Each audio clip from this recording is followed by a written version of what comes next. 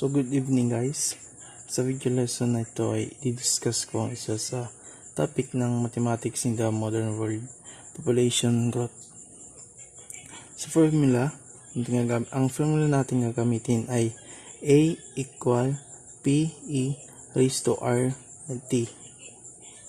Takot tayo sa number 1. P equals 680, R equals to 12% per year, and T equals to 8 years.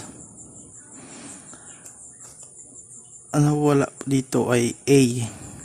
Kaya ang gagamitin natin na formula is A equals P E raised to R T. Kakapin nyo lang yan. Ganito po.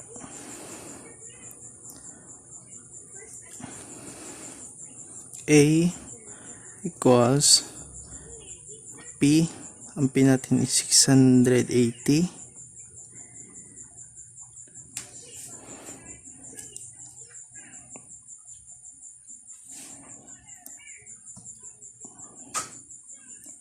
natin yung E dito, and ang RT natin is, ang R is 12%. I-ano natin sa decimal, magiging ano siya, 0.12, and ang T natin is 8. Para makuha natin ito, kailangan natin gumamit ng scientific calculator. Ganito po. Type lang natin 680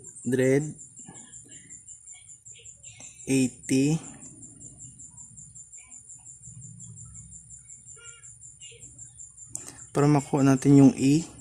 Pinutin lang natin ang alpha, and yung ito po, EXP, lalabas po ang E dyan. Ganyan po. Pagkatapos ilagay natin yung 0.12. Ito po, ganito, close parenthesis, 0.12.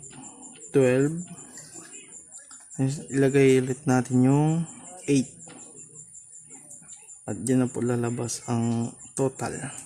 Ayan po, yung total is 1,775,953.6. Yan po ang total niya. Pero yan po, 1,775,953.6. Yan po yung total niya. Ayan po. Ganyan lang po. Next. Punta naman tayo sa number 2. A equals 1,240.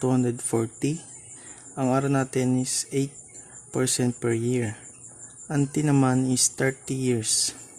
Ang wala naman dito is ang P. Yung P, ito po, P. Kaya itong gagamitin na formula natin. P equals A over E raised to R and T. Ngayon lang po pag kopyahan natin. Nito po. P. Lagay mo natin yung P.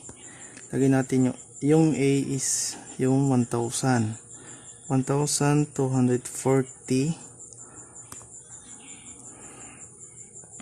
over E. Ang R natin is 8. Kaya ano natin sa decimal. Magiging ano siya, 0.08 and 30 po. Yan po. So ayan, gagamit ulit tayo ng scientific calculator para makuha natin yung total niya. Ito po yan. Ito po.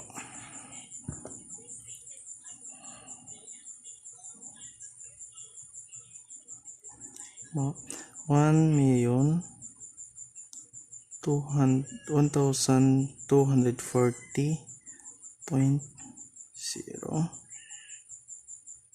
Tapos lagay natin yung pindutin natin ulit yung alpha para malagay yung E and yung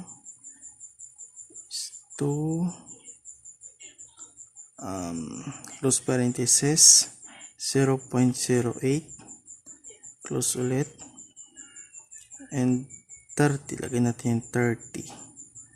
Ayan po ang lumabas na total niya. So 112.490. Yan po total. 112.490. 262. Yan po yung total ng number 2. Yan po. Nandito na po nagtatapos. Maraming salamat po.